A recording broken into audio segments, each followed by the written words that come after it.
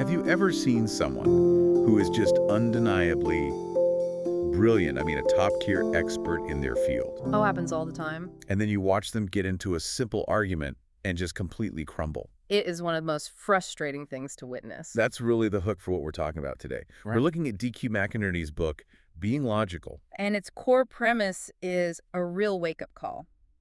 Having a high IQ doesn't mean you're logical. Not at all. McInerny's point is that logic isn't some talent you're born with, it's a skill, a discipline. Something you have to train, almost like a muscle. Exactly.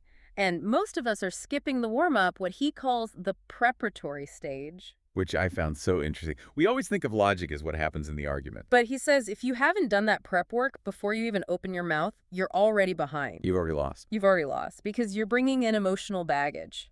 The very first step is to strip away what he terms naive optimism. Seeing the world as you wish it was, not as it is. Precisely. The book draws a very hard line between objective facts, the ideas we form about them, and then finally the words we use. And the gap between those is where all the trouble starts. Yeah. He hammers this point about vagueness. It is the ultimate killer of a logical argument. If I say a new project isn't doing well, You haven't really said anything at all. nothing.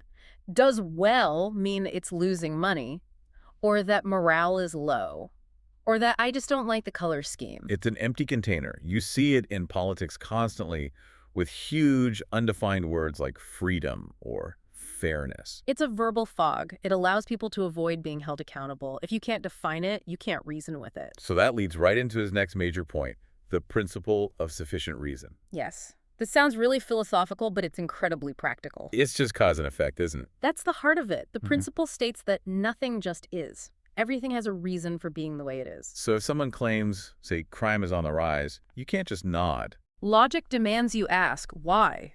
What's the root cause? Where's the data? It stops you from just accepting things at face value. But that sounds like a lot of work. It is work. And when people want to avoid that work or when the facts don't fit their beliefs, that's when the dirty tricks come out. The fallacies. The fallacies. The intellectual cheat codes. The book points to a few common ones. The red herring is the classic. That's just changing the subject to something emotional. You know, you Bring could it. win, right? Perfect distraction. Throw out something irrelevant but inflammatory and you get everyone off track. Then there's the ad hominem. Attacking the person, not their argument. My personal favorite from scrolling social media. It's intellectually lazy, but it works. If I can make you seem like a bad person, I don't have to engage with your actual idea. The one that really stood out to me was what he calls simplistic reasoning, the false choice. The you're either with us or you're against us track. Exactly. It erases all nuance. And reality is almost always in the nuance. When someone gives you only two extreme options, they're not looking for truth. They're trying to manipulate you.